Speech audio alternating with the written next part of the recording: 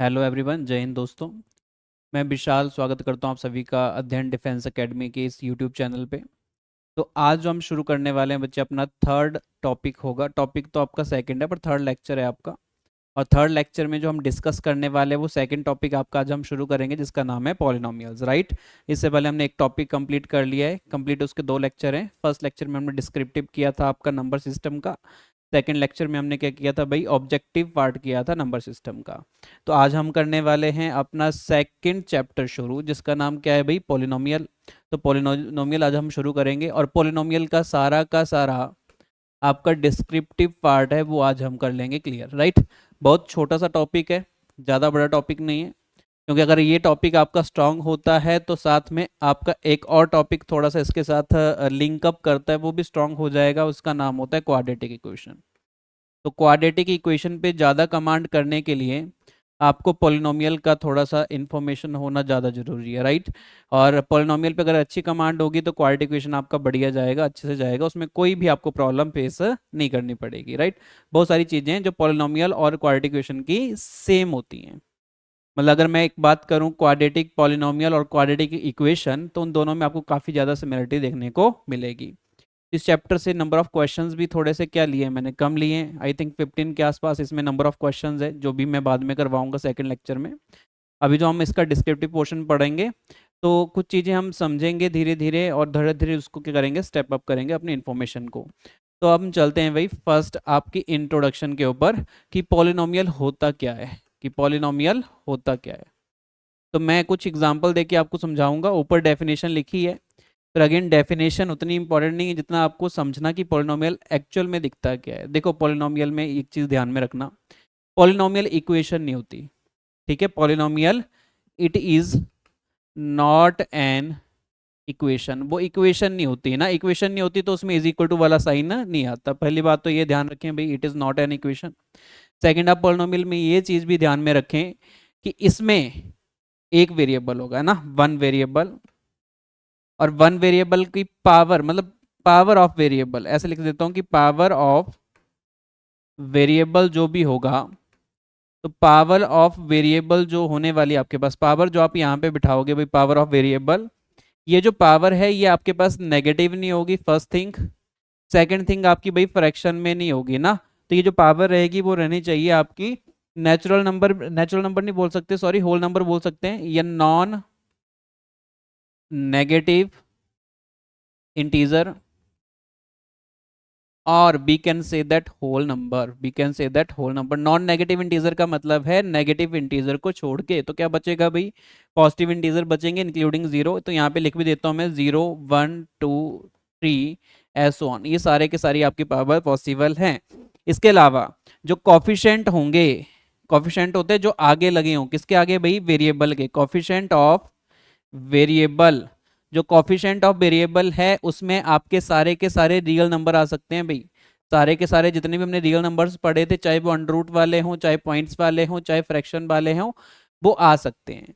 तो जब भी आपको ऐसा फॉर्मेट दिखता है उसी का नाम क्या होता है भाई, पॉलिनोमियल होता है। फॉर एग्जाम्पल अगर हम कंसिडर करके चलें तो मैं एक एग्जाम्पल यहाँ पे ले लेता हूँ भाई, 2x³ प्लस 4x-5। आप देखोगे यहाँ पे x की पावर क्या है भाई, 3, x की पावर 1, यानी पावर्स क्या है आपकी, पॉजिटिव है ना, पॉजिटिव है तो चलेगा। यहाँ पे x की पावर क्या होगी, 0। x नहीं लिखा है तो it means -5x raise to power क्या होगा, वहां पे 0 होगा। अगर मैं सेकंड एग्जांपल लूँ तो मैं लेता हूँ x raise to power -1 plus 2x³ plus 3। मैंने कहा भाई इसके बारे में थोड़ा सा बताओ, तो आप बोलोगे सर ये जो डेफिनेशन है वो पोलिनोमियल को फॉलो नहीं करता, तो ये पोलिनोमियल नहीं है, this is not a polynomial, right. तो ये पॉलिनोमियल नहीं होगा भाई आपके पास। पॉलिनोमियल में ध्यान में रखना, जो वेरिएबल की पावर है वो आपके पास क्या होनी चाहिए भाई, पॉजिटिव होनी चाहिए, और 0 होगी तब भी चलेगी। थर्ड, अगर मैं बात करूं, अगर आप ये बोलोगे कि √2x⁻³ plus √5x⁻³ plus 4x⁻5, अगर मैं इसके बारे में पूछूंगा तो ये भी आपका पॉलिनोमियल नहीं है। क्योंकि यहाँ पे अब क्यों नहीं हुआ, क्योंकि x की पावर क्या आ गई आपके पास, -3 आ गई। बल्कि मैं एक और एग्जांपल यहाँ पे, फोर्थ एग्जांपल लेना चाहता हूँ। मैं बोल रहा हूँ भाई √6x⁻³ मैं बोल रहा हूँ √5x⁻7। ये बोल दिया मैंने कि पॉलिनोमियल है कि नहीं है, तो आप बोलोगे yes this is a polynomial. तो ये कंडीशन आपको ना याद होनी चाहिए, एग्जाम्पल याद होंगे तो चीजें इजी बन जाएगी, कहानी ज्यादा मुश्किल नहीं है। ऊपर डेफिनेशन पढ़ोगे तो थोड़ा सा अजीब लगेगा, लिखा क्या था डेफिनेशन में, एक एक्सप्रेशन होगा जो इस फॉर्मेट में दिखेगा, ये जो एक्सप्रेशन है इस फॉर्मेट में दिखेगा। अब ये फॉर्मेट क्या रिप्रेजेंट कर रहा है, सबसे पहले ए नॉट होगा, ए वन होगा, ए टू होगा, अप टू ऐसे ऐसे करके क्या आ जाएगा ए एन। अच्छा ये A naught, A one, A two, A N क्या है, कॉफिशेंट है किसके भाई, एक्स के, X raise to power N का coefficient, X raise to power N minus one का coefficient, X raise to power N minus two का coefficient. तो इनके बारे में क्या बोला गया है भाई, इनके बारे में बोला गया है where a naught, A one, as so on as n real number, इसकी जगह कोई भी रियल नंबर आ सकता है, जो मैंने ऑलरेडी बताया कि जो कॉफिशेंट ऑफ आएगा आपके पास वो क्या आएगा, आपका रियल नंबर आएगा। Coefficient of variable is a real number, ये मैंने अभी अभी बोला था। सेकंड अगर मैं चलूं तो and n is a non negative integer, और एन की जो वैल्यू आएगी वो नॉन नेगेटिव इंटीजर आएगी। अगर नॉन नेगेटिव इंटीजर है तो देखो लास्ट में एन की वैल्यू क्या आई होगी, मतलब एक्स का पावर क्या बन गया होगा, जीरो, तो उसके ऊपर नहीं जाना है। तो जब ये दोनों चीजें एक साथ आप एक एक्सप्रेशन में डाल देते हो तो उसको क्या बोल देते हैं भाई, पॉलिनोमियल बोल देते हैं। तो आपको समझ में आना चाहिए पॉलिनोमियल कब एग्जिस्ट करेगा, कब एग्जिस्ट नहीं करेगा, इतनी सी बात क्लियर होती है आपको। फिर उसके बाद थोड़ा सा और आगे चलते हैं भाई, कुछ इसके बेसिक बेसिक टर्म्स है वो समझ लेते हैं। तो बेसिक टर्म्स में सबसे पहले आता है हमारे पास डिग्री ऑफ पॉलिनोमियल, कि डिग्री ऑफ पॉलिनोमियल क्या होता है। अगर मैं डिग्री ऑफ पॉलिनोमियल की बात करूं तो देखो दो चीज़ें आपको ध्यान में रखनी है, दो चीज़ें आपको बिल्कुल ध्यान में रखनी है, दो चीज़ें आपको समझ में आनी चाहिए कि एक टर्म्स होता है और एक क्या होता है डिग्री। इसके बेसिस पे ना हम अलग अलग कैटेगराइज में किसको कर देते हैं, पॉलिनोमियल को डिस्टिंग्विश कर देते हैं। अगर मैं टर्म्स की बात करूं तो terms always separated by, always separated by plus minus, है ना, प्लस माइनस से टर्म सेपरेट हो जाती है। कोई ऐसा बोल दे मेरे को 2x² 2x³ plus 3x minus one, और कोई बोल दे कि बताओ इसमें कितने नंबर ऑफ टर्म्स है, तो प्लस माइनस टर्म को सेपरेट करती हैं, first term, second term, third term. तो मैं बोलूंगा इसमें नंबर ऑफ टर्म्स कितनी है भाई, 3 टर्म्स हैं, क्या हैं 3 टर्म्स। तो प्लस माइनस से टर्म क्या होती हैं, डिस्टिंग्विश होती हैं, मतलब अलग अलग होती हैं, डिफरेंशिएट होती हैं, राइट। तो अगर मानो ऐसा कभी लिखा है तो कितनी टर्म्स है, 3 टर्म है। अच्छा कोई ऐसे बोल दे 4x प्लस 3x³ प्लस 1 और -2x⁴। मैंने बोला बताओ इसमें नंबर ऑफ टर्म्स कितनी है, तो आपका आंसर आना चाहिए प्लस माइनस से डिस्टिंग्विश होगी 1 2 3 4, कितना आंसर आना चाहिए 4। तो 4 क्या है इसमें टर्म्स। पर इन केस में ऐसा बोल दूं कि 4x प्लस 3x प्लस 1, इसमें नंबर ऑफ टर्म्स बताओ, तो आपका आंसर आना चाहिए 3, नहीं आना चाहिए भाई। क्यों नहीं आना चाहिए, क्योंकि 4x 3x तो सेम लाइक टर्म्स है, लाइक टर्म्स मतलब इनको ऐड किया जा सकता है कि दोनों के कोएफिशिएंट क्या थे, सेम। जो वेरिएबल थे, कोएफिशिएंट नहीं सॉरी, जो वेरिएबल थे वो क्या थे, सेम थे। x का भी, x का ये भी x है, ये भी x है ना, दोनों सेम टाइप के हैं, दोनों को ऐड किया जा सकता है। तो इसको ऐड करोगे तो आंसर आएगा आपके पास 7x प्लस 1, यानी यहाँ पे नंबर ऑफ टर्म्स कोई पूछ ले तो मेरा आंसर क्या आना चाहिए था भाई 2, क्या आना चाहिए था 2। तो एक तो भाई टर्म्स आपको क्लियर होना चाहिए, सेकंड आपको डिग्री क्लियर होना चाहिए कि डिग्री का क्या मतलब है भाई। डिग्री का मतलब सिंपल सा है कि जो भी आपका वेरिएबल होगा उसकी जो हाईएस्ट पावर होगी, वेरिएबल के ऊपर जो भी आएगा वही क्या होगी उसकी डिग्री। तो मैं लिख देता हूं हाईएस्ट पावर ऑफ वेरिएबल ना, जो वेरिएबल की हाईएस्ट पावर होगी वही क्या बनेगी आपकी डिग्री बनेगी। तो थोड़ी सी चीजें आपको ये भी आइडिया होनी चाहिए। अच्छा ये जो डिग्री है ये कब एग्जिस्ट करेगी, अगर पॉलिनोमियल एग्जिस्ट करेगा तो, है ना। अगर मानो हमसे ऐसा पूछ लिया डिग्री बताओ क्या होगी पॉलिनोमियल की, और एग्जांपल मैंने ऐसा दे दिया कि वो पॉलिनोमियल है ही नहीं, अगर पॉलिनोमियल एग्जिस्ट नहीं करेगा तो उसकी डिग्री क्या बता के आप क्या ही कर लोगे, है ना। तो इस बात को भी समझें कि पहले पॉलिनोमियल एग्जिस्ट करना चाहिए, एग्जिस्ट की पुरानी वाली शर्तें, उसके बाद ही उसकी डिग्री के ऊपर विचार किया जाएगा और उसके ऑर्डर के ऊपर विचार किया जाएगा, राइट, है ना। तो ये सारी चीज़ें आपको समझ में आनी चाहिए, डिग्री और टर्म्स के ऊपर विचार किया जाएगा। तो थोड़ा सा आप समझते हैं कि मैं इसमें क्या क्या एक्सप्लेन करने वाला हूँ आपको। फर्स्ट इंपॉर्टेंट टर्म्स हैं, है ना, सारे के सारे नोट्स आपके बने बनाए हैं, राइट। तो हम कोशिश करेंगे आपको ये जो भी नोट्स जो हमने बनाए हैं जो आपके स्मार्ट बोर्ड पे ऊपर प्लेस हो रहे हैं उसका भी हमें आपको पीडीएफ दे पाएँ, तो उसका भी देखते हैं किस तरीके से आपके पास ये पीडीएफ भी हम अवेलेबल करवाने की कोशिश करेंगे। अच्छा डिग्री ऑफ पॉलिनोमियल पे आते हैं। डिग्री क्या बोलते हैं भाई, degree of polynomial is a greatest exponent of the variable in the polynomial. Same to same वही कहानी है, कुछ भी अलग नहीं है इसमें।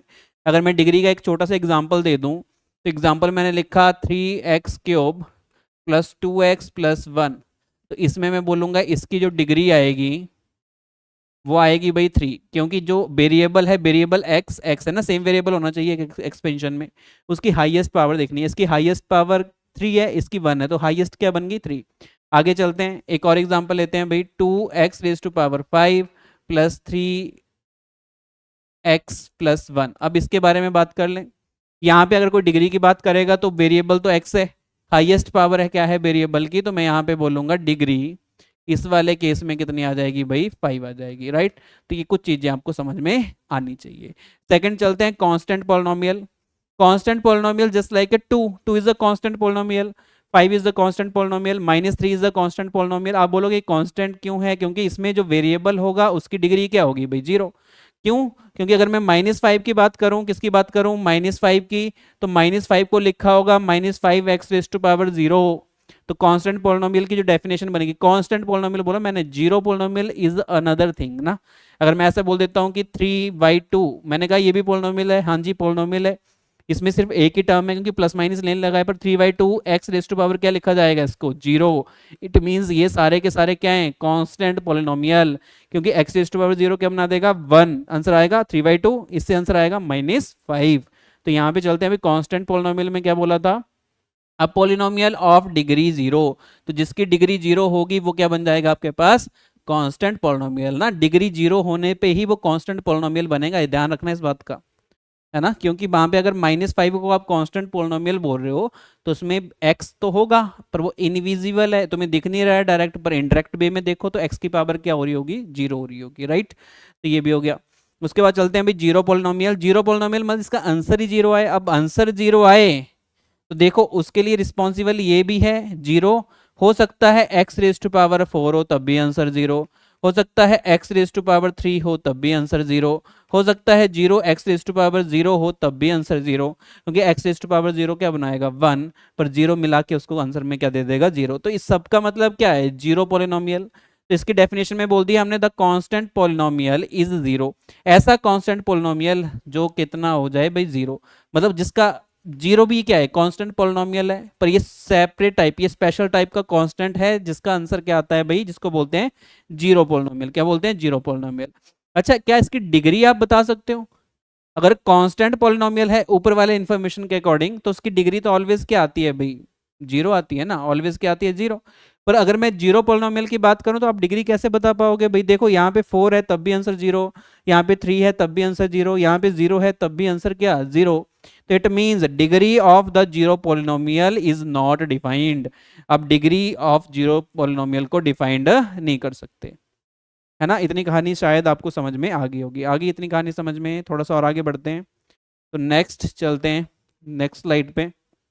ओके, ये ऑलरेडी आपने हो गया, ठीक है।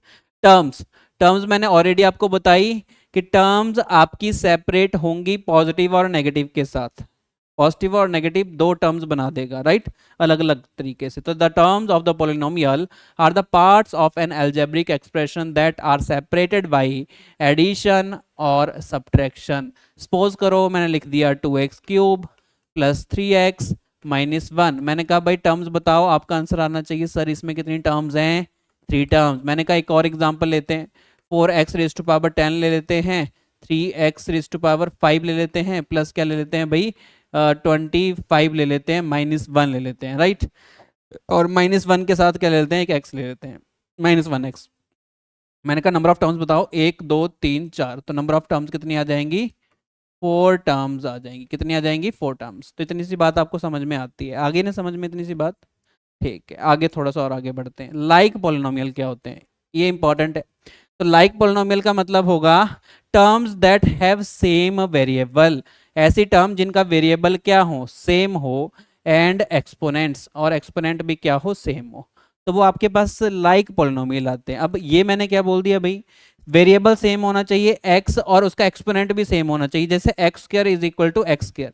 ये दोनों के दोनों क्या है भाई, एग्जैक्टली सेम है, तो पावर भी सेम होनी चाहिए, वेरिएबल भी सेम होना चाहिए, तो उसको बोलेंगे लाइक पॉलिनोमियल्स। एग्जांपल मैं दे देता हूँ, मैं लिख रहा हूँ 4x³ और साथ में लिख रहा हूँ भाई एक और पेयर लिख लेता हूँ -3/2x³।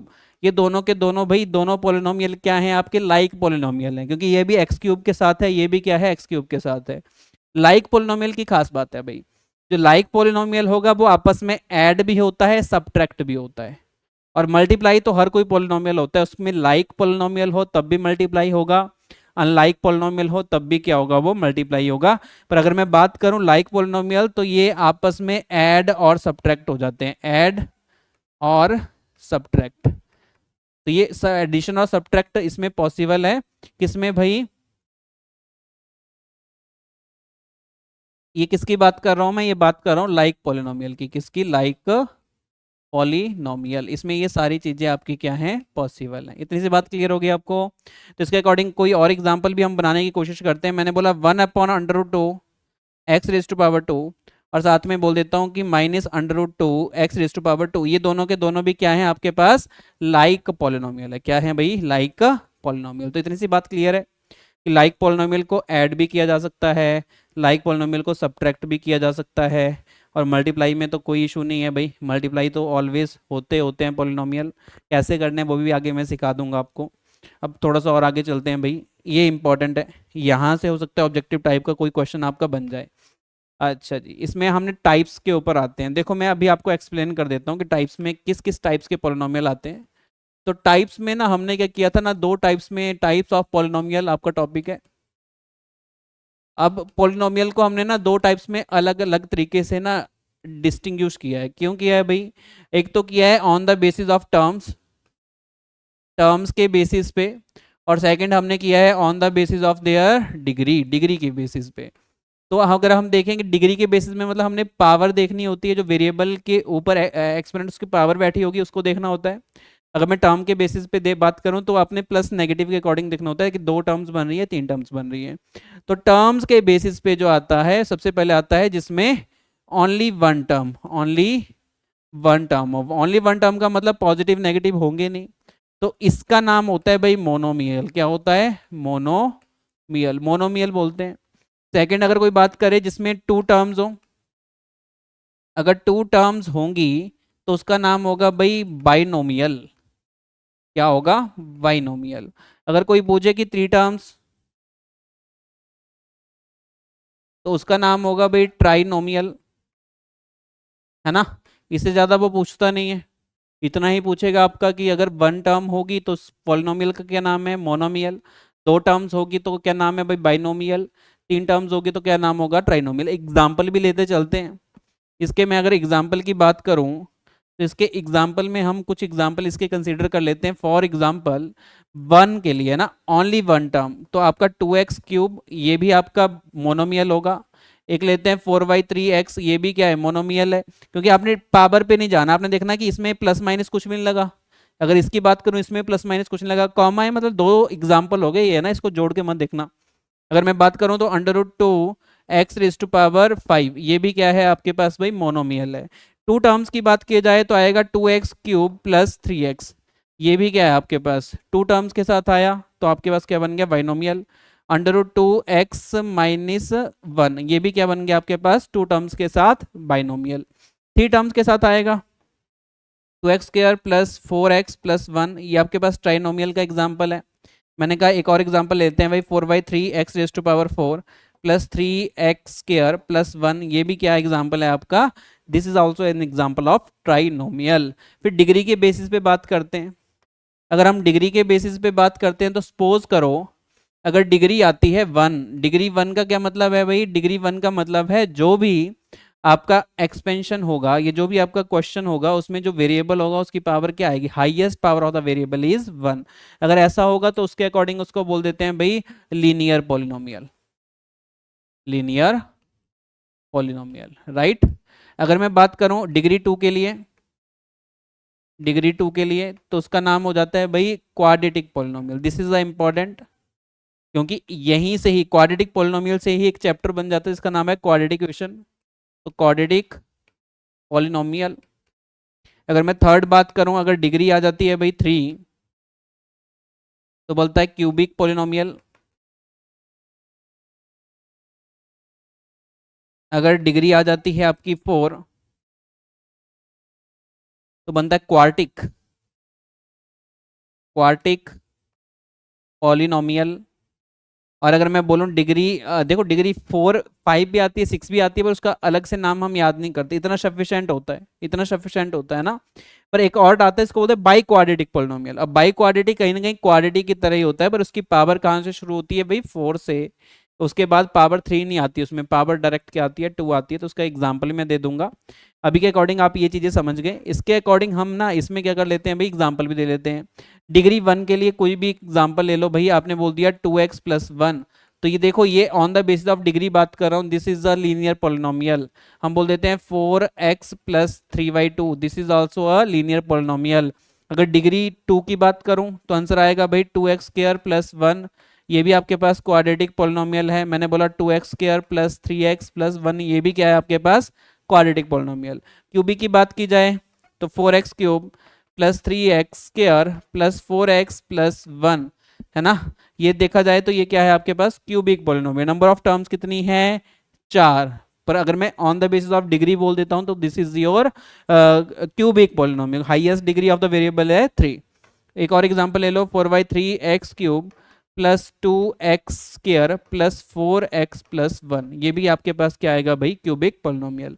डिग्री 4 के लिए, डिग्री 4 के लिए एक एग्जांपल ले लेते हैं हम। मैं बोल देता हूँ 2x⁴ + 3x³ + 2x² + x-1, यह किसका एग्जांपल है भाई, क्वाड्रेटिक में, सॉरी क्वार्टिक पोलिनोमियल, जिसमें हाईएस्ट डिग्री ऑफ वेरिएबल क्या होगी, 4 होगी। तो इतनी सी कहानी समझ में आ गई। इन दोनों टाइप्स को ही मैंने यहाँ पे भी लिखा है, देखो आप अच्छे से देख सकते हो, यहाँ पे और ज़्यादा आपको क्लियरिटी आ जाएगी। अब इसको मैं एक्सप्लेन नहीं कर रहा हूँ, क्योंकि on the basis of their terms, है ना, ये अलग तरीका हो गया, और on the basis of their degree ये डिफरेंट हो गया। इसके बेसिस पे देखा जाए तो सबसे पहला टाइप क्या बना आपका, मोनोमियल 1 टर्म, एग्जाम्पल दिए हैं, binomial 2 terms, trinomial 3 terms, example दिए हैं ना। तो ये नीचे क्या है, उनका एक एक एग्जाम्पल है। अगर मैं on the basis of degree बात करूँ, लीनियर पोलिनोमियल ऐसा दिखता है भाई। अगर मैं क्वाड्रेटिक पोलिनोमियल की बात करूँ, ऐसे दिखता है, ये उनका जनरल फॉर्म है ना, ABC की जगह कोई भी नंबर आ सकता है। अगर मैं क्यूबिक पोलिनोमियल की बात करूं तो क्यूबिक को पोलिनोमियल कुछ ऐसे दिखेगा, क्वाड्रेटिक की बात करूं ऐसे दिखेगा। पर अगर मैं बाई क्वाड्रेटिक की बात करूं, बाई क्वाड्रेटिक मतलब क्वाड्रेटिक की तरह ही दिखेगा, पर पावर 4 और उसके बाद 2 आएगी। देखो यहाँ पे पावर 4 है, आगे क्या है 2, फिर क्या है कांस्टेंट टर्म।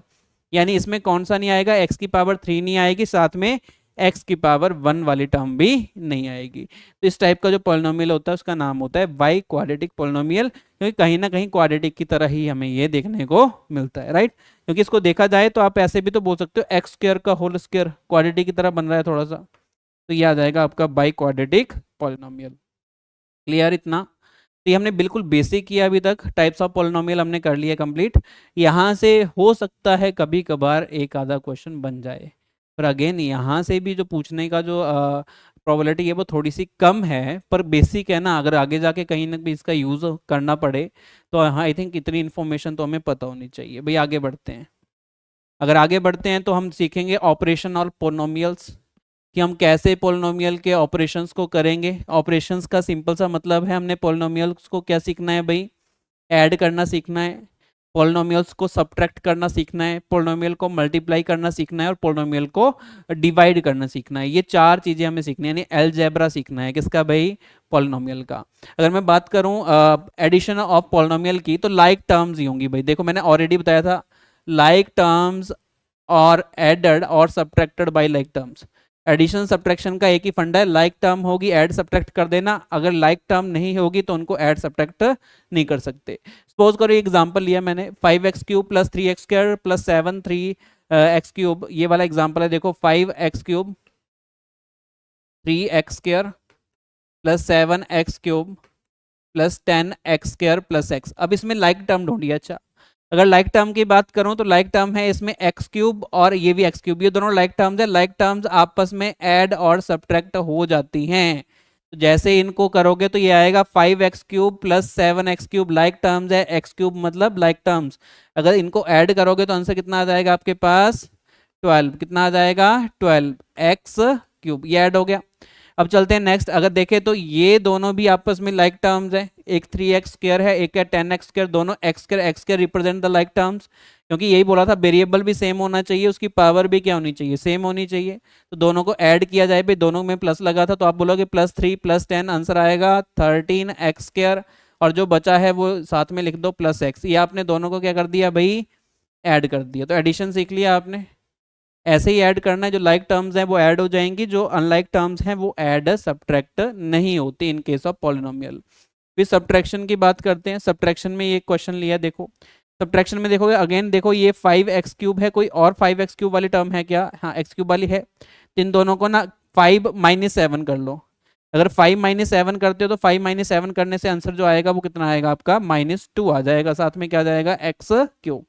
x² वाली टर्म्स, एक ये वाली x² वाली टर्म्स है, एक ये वाली x² वाली टर्म्स है। दोनों के कोएफिशिएंट देखो, -3 - 10, -3 - 10 क्या बनेगा, -13x²। अच्छा जो बचा उसको साथ में लिख दो, x में अकेला है, इसके जैसी और कोई भी लाइक टर्म्स नहीं थी, तो इसके अकॉर्डिंग मेरा आंसर बना ये। और ये आपने दोनों को क्या किया है भाई, सब्ट्रैक्ट किया। इतनी सी बात समझ में आती है, कोई प्रॉब्लम यहाँ तक। अच्छा साथ में एक और एग्जांपल मैं देता हूँ, इसमें भी कुछ बच्चे कंफ्यूज कर लेते हैं करेक्ट। 2x + 4, मानो ये दिया है, यहाँ पे माइनस लिख दिया, यहाँ पे लिख दिया मैंने 4x - 3, ऐसे लिख दिया। तो आप क्या करते हो ना कि जैसे ब्रैकेट ओपन होती है ये माइनस अंदर जाता है भाई, मल्टीप्लाई होने के लिए माइनस अंदर जाएगा। तो ये आंसर अब बनेगा भाई 2x + 4, माइनस अंदर जाएगा, जैसे ब्रैकेट ओपन होगी तो ये -4x, पर इसको कर देगा +3। ये इंपॉर्टेंट है, बहुत सारे बच्चे क्या करते हैं ब्रैकेट हटा के -4x -3 लिख देते हैं। नहीं, अगर ब्रैकेट हटेगी तो माइनस अंदर जाएगा, और अंदर जाएगा तो दोनों के साथ मल्टीप्लाई हो जाएगा, तो -4x + 3 बनेगा। फिर यहाँ पे फिर से लाइक टर्म्स ढूंढोगे, देखो ये लाइक टर्म्स है, लाइक टर्म्स है, 2 - 4 करोगे आंसर आएगा -2x। फिर ये भी तो लाइक टर्म्स है, कांस्टेंट कांस्टेंट 4 + 3 करोगे तो आंसर कितना आ जाएगा आपके पास, 7। तो ऐसे करना होता है, राइट। तो आपने एडिशन सीख लिया पॉलिनोमियल का, आपने सब्ट्रैक्शन भी सीख लिया। थोड़ा सा और आगे चलते हैं, अब आप मल्टीप्लिकेशन सीखोगे। मल्टीप्लिकेशन पॉसिबल है, मल्टीप्लिकेशन में आपने कोई भी लाइक अनलाइक टर्म्स में कुछ भी नहीं देखना, राइट। आपने उसका क्या करना है, मल्टीप्लाई करना है। मल्टीप्लाई करने का तरीका सेम, जैसे आपने ऑलरेडी ये चीज़ें की होंगी भाई, 2x + 3y multiply y, x² + 3y। तो होगा क्या, मल्टीप्लाई का रूल है कि इसका 2x ना इन दोनों के साथ मल्टीप्लाई में जाएगा, फिर इसका 3y भी इन दोनों के साथ किस में जाएगा, मल्टीप्लाई में जाएगा। तो मैं पहले 2x का मल्टीप्लाई करूंगा इस पूरे के साथ, तो x² + 3y। फिर जो भी आपका नेक्स्ट टर्म है +3y है ना, फिर इसका मल्टीप्लाई होगा किसके साथ भाई, x² + 3y के साथ। तो जैसे इसको सॉल्व करोगे तो सॉल्व करने से आंसर क्या आएगा भाई, पहले इसके साथ मल्टीप्लाई में करो तो 2 × x × x²। मल्टीप्लाई पॉसिबल है, मल्टीप्लाई में लाइक अनलाइक कुछ नहीं देखना। x × x² का आंसर आएगा x³, क्यों, बेस सेम है, पावर एड ऑन, तो 1 + 2 करके क्या आ जाएगा, 3 आ जाएगा। तो मैं बोलूंगा 2x³, इसके साथ जाएगा तो आंसर आ जाएगा आपके पास 6xy। अच्छा इसके साथ जाओगे मल्टीप्लाई में तो आंसर आएगा आपके पास 3x²y। इसके साथ जाओगे तो 3 × 3 = 9y²। ये आपके पास बनेगा भाई, दोनों को मल्टीप्लाई करके, इसको मल्टीप्लाई किया 2x³ बना, इसको मल्टीप्लाई किया 6xy बना, इसको मल्टीप्लाई किया 3x² बना, इसको मल्टीप्लाई किया तो 9y² बना। ये दोनों का क्या है, मल्टीप्लिकेशन है। अब बात करते हैं वे डिवीजन की, इसकी बात करते हैं डिवीजन की। अच्छा डिवीजन पे जाने से पहले डिवीजन की कुछ बातें यहाँ पे समझ लेते हैं कि जो भी डिवीजन का कंसेप्ट होता है ना, वो कुछ ऐसे होता है कि मानो यहाँ पे कोई आइटम है जिससे हम किसी चीज़ को डिवाइड कर रहे हैं, जिसको आप क्या बोलते हो भाई, डिविडेंड बोलते हो। ये डिविडेंड है, px डिनोट्स द डिविडेंड। अगर मैं यहाँ पे बात करूँ तो यहाँ पे नीचे कुछ ना कुछ रिमाइंडर आता है, तो रिमाइंडर को मैं rx बोल देता हूँ, rx represent the remainder, right. और यहाँ पे आता है क्वोशंट, इसको रिप्रेजेंट कर लेता हूँ मैं qx से। किससे रिप्रेजेंट कर सकता हूँ, qx से। और ये डिविडेंड है तो यहाँ पे डिवाइजर आएगा, डिवाइजर को अच्छा यहाँ पे नोट कर लेते हैं हम gx से। किससे नोट कर लेते हैं, gx से। इतना काम कर सकते हो क्या, इतना काम कर सकते हो, gx से मैंने डिनोट कर दिया। अच्छा कैपिटल लिखा है सब कुछ, तो इसको भी कैपिटल ही मान लेते हैं, ये gx मैंने मान लिया से कैपिटल। तो होता क्या है ना कि इसमें एक रिलेशन होता है। रिलेशन का मतलब सपोज करो मैं 5 को डिवाइड बाई क्या कर रहा हूँ, 2 कर रहा हूँ, तो 2 × 2 = 4 बोलते हो, यहाँ पे रिमाइंडर आ जाता है 1। तो आप समझ गए कि डिविडेंड 5 है, डिवाइजर आपके पास 2 है, क्वोशंट आपके पास 2 है, रिमाइंडर आपके पास 1 है। ये हमेशा एक चीज को सेटिस्फाई करता है कि जिसमें भी आप 5 कर दोगे, फिर इनको मल्टीप्लाई कर दोगे और उस मल्टीप्लाई को इसमें ऐड कर दोगे, तो आंसर क्या आता है भाई, सेम आता है। करके देखो, 2 टू द 4 प्लस 1, तो आंसर क्या आएगा 5 इज इक्वल टू 1। यानी ये रिलेशन हमेशा डिवीजन के मामले में क्या बैठेगा भाई, फिट बैठेगा। फिट बैठेगा तो मैं बोल सकता हूं इस रिलेशन के अकॉर्डिंग कि जो भी पी एक्स है वो always is equal to g x multiply by q x plus p x, plus p x नहीं सॉरी प्लस आर एक्स। तो ये रिलेशन आपको याद होना चाहिए, ये रिलेशन आपको याद होना चाहिए, राइट, हो जाएगा याद। तो ये समझ गए कि डिविडेंड क्या होता है, इतना पता होना चाहिए। डिवाइजर क्या होता है वो पता होना चाहिए। डिविडेंड ये होता है, डिवाइजर ये होता है, क्वोशंट ये होता है, नीचे क्या आता है आपका रिमाइंडर आता है। और ये इन चारों का रिलेशन है, इन चारों का रिलेशन है। इसमें से मानो कभी तुम्हें कोई भी तीन चीजें दी हो, फोर्थ पूछ लिया जाए, तो इस रिलेशन का ही यूज करके आप उस चीज को निकाल सकते हो, निकाल सकते हो इजिली। ठीक है, आगे बढ़ते हैं। अच्छा, अब सीधा मैं क्वेश्चंस के ऊपर आ रहा हूँ भाई, क्वेश्चन के ऊपर आते हैं। क्वेश्चन में मैं लिख देता हूँ 4x³ plus 3x², 4x³ plus 3x²,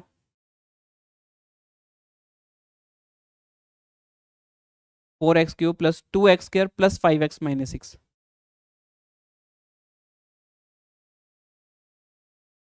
plus 5x minus 6 ऐसे था, एक बार चेक कर लेता हूँ।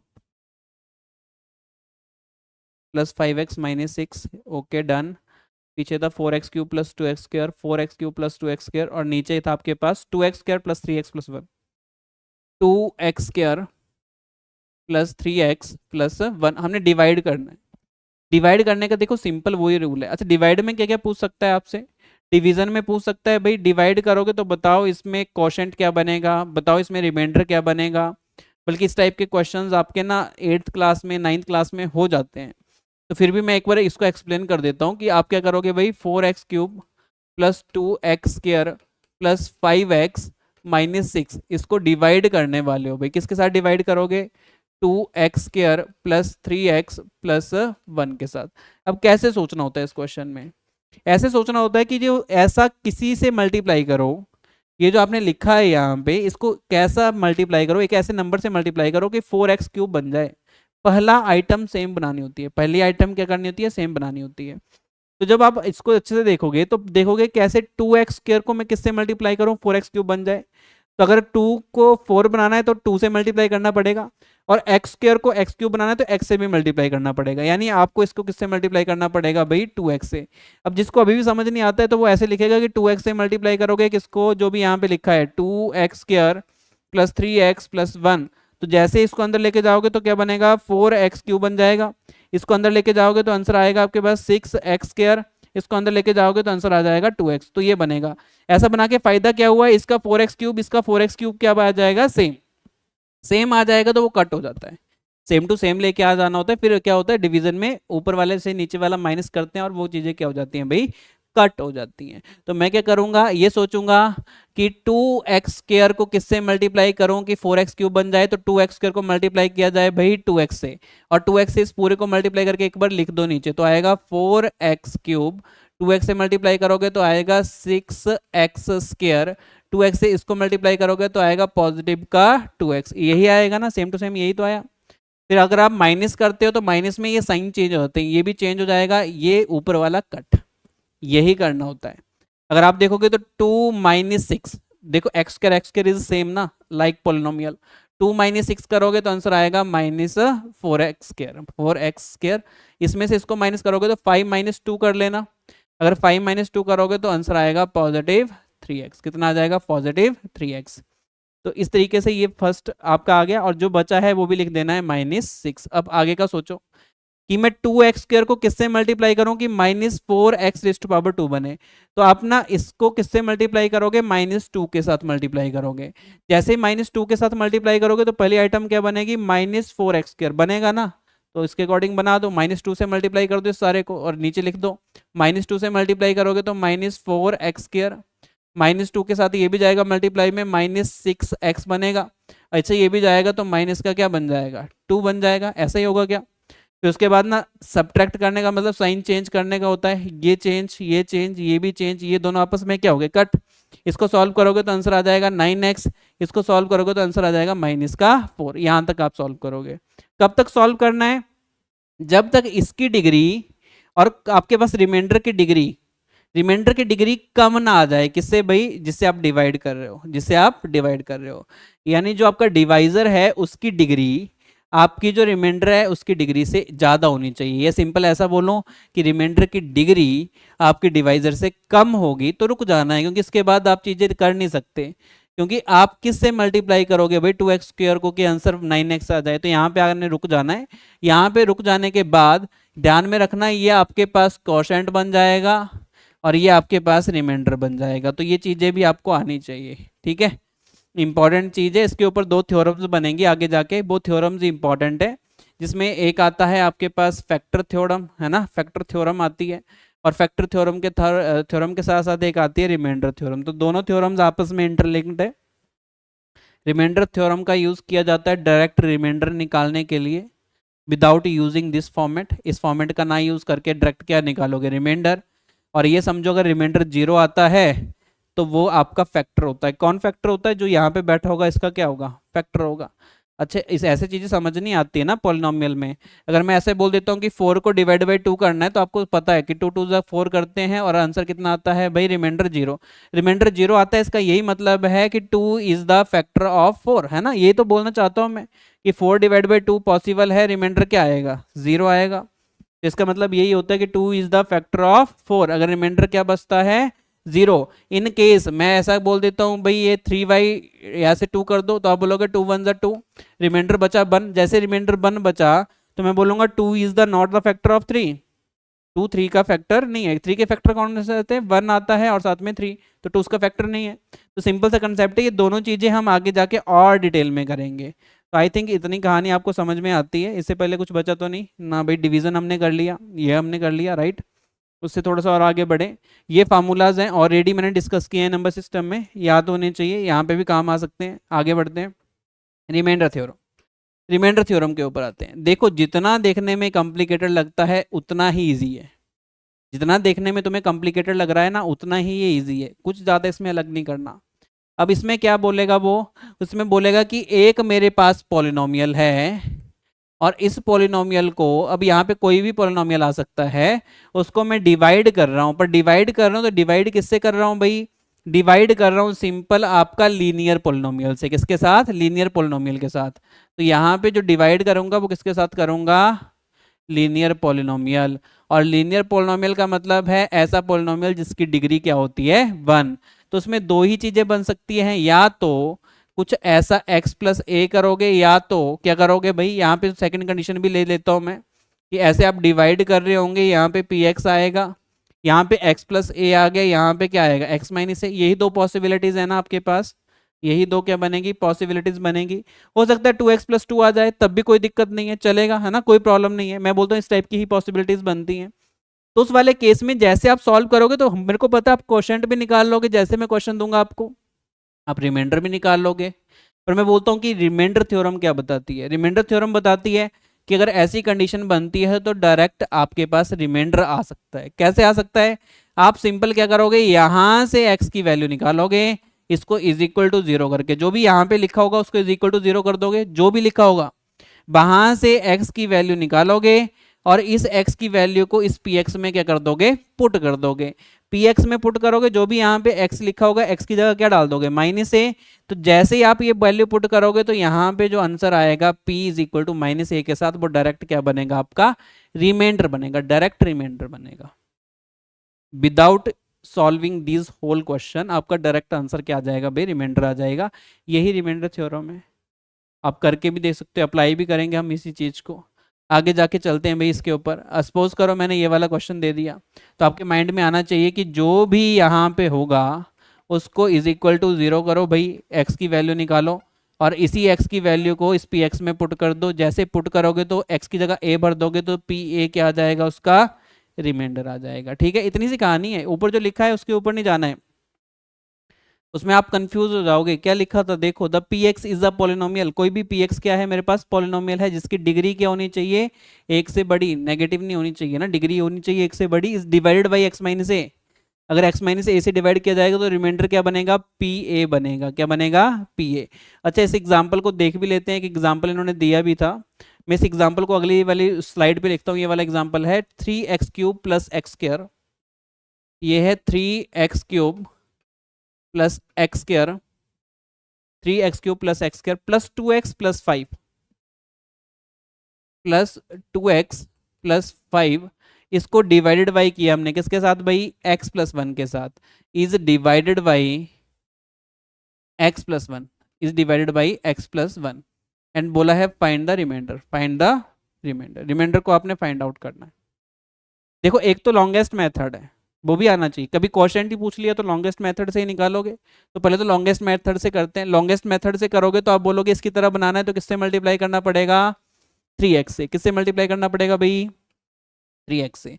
3x से मल्टीप्लाई करोगे इसको तो पहली आइटम बनेगी 3x², साइड सेकंड आइटम बन जाएगी 3x। अच्छा 3x है तो उसको इसके नीचे नहीं लिखना है, क्यों लिखना है, x² है, आप उसको किसके नीचे लिखो, x वाले टर्म के नीचे, ताकि उसको सब्ट्रैक्ट भी तो करना पड़ेगा, तो 3x बनेगा तो इसके नीचे लिख दिया मैंने 3x। फिर दोनों को क्या करना पड़ता है भाई, सब्ट्रैक्ट, सब्ट्रैक्ट करोगे ये तो कैंसिल हो गया, फिर नीचे से ऊपर से उतारो x², इसको सॉल्व करोगे 2 - 3, 2 - 3 का मतलब आएगा -x पॉजिटिव 5। फिर आपको अगेन यहाँ सोचना है कि x² बनाना है, x² बनाना है तो किससे मल्टीप्लाई करना पड़ेगा, पॉजिटिव x से, x से मल्टीप्लाई करो तो आएगा x² plus x, x² plus x। फिर से आप सब्ट्रैक्ट करोगे, सब्ट्रैक्ट करोगे ये फिर से क्या हो जाएगा, कैंसिल, इसको सॉल्व करोगे आंसर आएगा -2x प्लस 5, ऐसे आएगा। फिर आप अगेन यहाँ पे देखोगे कि अभी भी आपकी पावर्स क्या है, सेम, जब तक पावर एक कम ना आए तब तक रुकना नहीं है। फिर आप बोलोगे कैसे मल्टीप्लाई करो, -2x बनाने के लिए -2 से, किससे करोगे, -2 से, -2 से मल्टीप्लाई करोगे यहाँ पे बनेगा -2x और साथ में क्या बन जाएगा, -2। जैसे सॉल्व करोगे ये पॉजिटिव ये भी पॉजिटिव, आंसर आ जाएगा आपके पास 7। कितना आ जाएगा, 7। तो ये भी एक तरीका है, ये भी एक तरीका है जिसमें क्वोशंट भी निकाल लिया, रिमाइंडर भी निकाल लिया। पर हो सकता है क्वेश्चन ने डायरेक्ट आपसे क्या पूछा हो, डायरेक्ट पूछा हो कि आप क्या निकालो भाई, रिमाइंडर निकालो, क्वेश्चन से मेरे को कोई मतलब नहीं है, तो आप ना सीधा रिमाइंडर थ्योरम का यूज कर सकते हो। जो भी यहाँ पे होगा उसको इज इक्वल टू क्या करना है, 0, और इज इक्वल टू 0 करने के बाद x की वैल्यू निकालनी है, और x की वैल्यू किसमें पुट कर देनी है, इस इक्वेशन में। तो मैं लिखूंगा for x is equal to -1 the remainder is, तो रिमाइंडर डायरेक्ट बनता है, और रिमाइंडर बनाने का तरीका ये जो -1 है इसमें पुट कर देना भाई, 3 × -1 का होल स्क्वायर प्लस -1 का होल स्क्वायर, पॉजिटिव 2 × -1 पॉजिटिव 5, ये डायरेक्ट आपको रिमाइंडर ला के देगा। अब देखते हैं आता है कि नहीं आता है, -1 का होल स्क्वायर तो 1 ही आएगा, यानी 3 अगेन +1 -2 +5, इसको सॉल्व करोगे 3 + 4 5, 3 + 1 4, 4 + 5 कितना आ जाएगा आपके पास 9 -2, इस पे आंसर भी क्या आएगा भाई 7। तो आपका आंसर यहाँ से भी 7 आया था, यहाँ से भी 7 आया था, ठीक है राइट।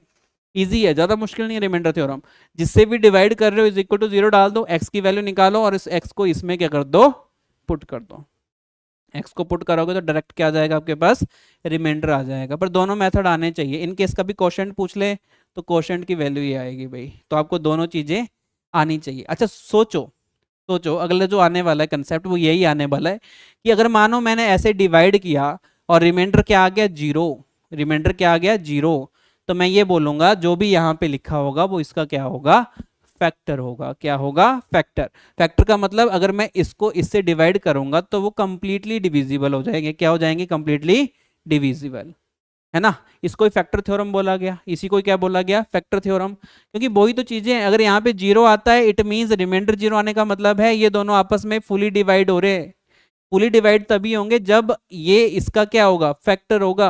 अच्छा सिंपल तरीके से समझो, इतना कॉम्प्लिकेटेड नहीं सोचना है, बिल्कुल सिंपल तरीके से समझो। अगर मैं यहाँ पे बोल दूं 16 है उसको डिवाइड बाई 2 करना है, भैया बोलोगे 2 8 जा कितना कर देते हैं 16, 16 करोगे रिमाइंडर कितना बचा, 0। रिमाइंडर 0 इंडिकेट करता है कि 2 इज द फैक्टर ऑफ 16। कैसे, 16 के फैक्टर बनाना आते हैं, एक तो 1 आ जाएगा, एक 2 आ जाएगा, है ना, एक 4 आ जाएगा, एक ऐसे करके फिर और भी फैक्टर बन जाएंगे, 8 बन जाएगा। तो मैं बोल रहा हूँ कि इसमें बहुत सारे फैक्टर्स बनेंगे पर इसमें एक फैक्टर क्या होगा, 2 भी होगा। तो 2 इज द फैक्टर ऑफ 16 बोलने में क्या दिक्कत है कोई बुराई, कोई बुराई नहीं है। 2 इज द फैक्टर ऑफ 16 का मतलब है 16 को डिवाइड बाई 2 भी करोगे तो आपका आंसर क्या आ जाएगा भाई, फुली डिवाइड होगा। फुली डिवाइड होने का मतलब वो उसका क्या बनेगा, फैक्टर बनेगा। अगर यही तुम चीज़ यहाँ पे समझ गए तो सोचो पॉलिनोमियल में भी कभी ऐसा बना कि वो पूछ ले कि बताओ भाई x + 1 इसका फैक्टर है कि नहीं, तो आप x+1 का रिमाइंडर निकाल लो सीधा इसमें डाल के। अगर रिमाइंडर 0 आता है तो फैक्टर बोल देना, अगर रिमाइंडर कुछ और आता है तो फैक्टर नहीं है। जैसे इस वाले क्वेश्चन में x+1 is not the factor of 3x² + x² + 2x + 5, क्योंकि रिमाइंडर क्या आया है, 7 आया है, राइट। इसी चीज को हमने पोलिनोमियल में भी यूज करना है। अगर पोलिनोमियल में यूज करोगे तो नेक्स्ट थ्योरम है आपके पास फैक्टर थ्योरम। तो फैक्टर थ्योरम भी समझ में आ गई, समझा ही दी मैंने, कुछ भी नहीं है इसमें अलग। वो सीधा बोलना चाहता है कि px is a polynomial of degree n is greater than 1 and let a b is any a real number. फिर बोला pa इज इक्वल टू 0। अगर pa भरने से, pa का मतलब क्या हो गया, जो भी आपका डिवाइजर होगा वहां से x की वैल्यू निकालोगे, उसको अगर आप पुट कर दिया, अगर पुट करने से आपका pa 0 आ गया, मतलब आपका रिमाइंडर क्या आ गया, 0। अगर रिमाइंडर 0 आ गया तो मैं बोलूंगा x - a is the factor of px, right. तो इसमें ज्यादा अभी इतने डिटेल में नहीं सोचना है, अगर आप इसको पढ़ोगे तो कंफ्यूज हो जाओगे। यहाँ पे सिंपल सा ये कंसेप्ट है कि अगर कोई ऐसा पूछ ले कि ये आपके पास एक आइटम है, एक पॉलिनोमियल है, उसको डिवाइड कर रहे हो x-1 से, और बोल दे कि बताओ x-1 इसका डिवाइजर है कि नहीं। डिवाइजर का मतलब है कि अगर मैं इसको डिवाइड कर लूंगा x-1 से, तो मेरा जो आंसर आना चाहिए उसका रिमाइंडर क्या आना चाहिए, 0। तो वो डिविजिबल होगा, अदरवाइज डिविजिबल नहीं होगा। तो मेरे को ऐसे चेक ना करके क्या करना है, डायरेक्ट यहाँ से पहले देखना है रिमाइंडर क्या आ रहा है। रिमाइंडर निकालने का शॉर्टकट पता है, x-1 इज इक्वल टू 0 डालोगे, x की वैल्यू क्या आ जाएगी, 1। 1 इसमें पुट कर दोगे तो आएगा 1 का क्यूब -2 1 का होल स्क्वायर, फिर आएगा -1 +2। सॉल्व करोगे तो आएगा 1 -2 -1 +2। ये भी आपस में कैंसिल, ये भी आपस में कैंसिल, आंसर कितना आ गया, 0। इट मींस रिमाइंडर क्या आया होगा इस वाले क्वेश्चन का, रिमाइंडर आया होगा 0। रिमाइंडर 0 आया होगा, इट मींस सिंपली सी ये मतलब है कि x-1 is the factor of x-1 is the factor of x³ -2x² -x+2, उसका फैक्टर होगा। फैक्टर का मतलब होगा कि x³ -2x² -x+2 को अगर मैं x-1 से डिविजिबल करता हूं तो ये डिविजिबल पॉसिबल है, और रिमाइंडर इस वाले केस में क्या आएगा, 0 आएगा, राइट। इतनी सी बात है। तो देखने में डरावने लगती हैं दोनों चीजें ना, पूरा का पूरा सेशन खत्म हो जाता है, पूरी की पूरी 10th खत्म हो जाती है, बच्चे को यही नहीं समझ में आता, ये बल्कि 9th का कंसेप्ट है ना। बच्चे को यही नहीं समझ में आता कि ये जो रिमाइंडर थ्योरम है ये क्या बोलती है, और जो फैक्टर थ्योरम है वो क्या बोलती है ना। तो रिमाइंडर थ्योरम और फैक्टर थ्योरम का ये रिलेशन होता है, ये आपको पता होना चाहिए। रिमाइंडर थ्योरम डायरेक्ट रिमाइंडर को निकालने के लिए यूज की जाती है, फैक्टर थ्योरम ये बताने के लिए यूज की जाती है कि आपके ये दोनों पॉलिनोमियल आपस में डिविजिबल हैं कि नहीं है। डिविजिबल होंगे तो रिमाइंडर 0, डिविजिबल नहीं होंगे तो remainder is not equal to 0। अच्छा जी, आगे बढ़ते हैं फैक्टर थ्योरम के आगे। फिर है आपका zeros of polynomial. Zeros of polynomial important topic है, इसमें से हो सकता है आपसे कुछ क्वेश्चन पूछे जाएं।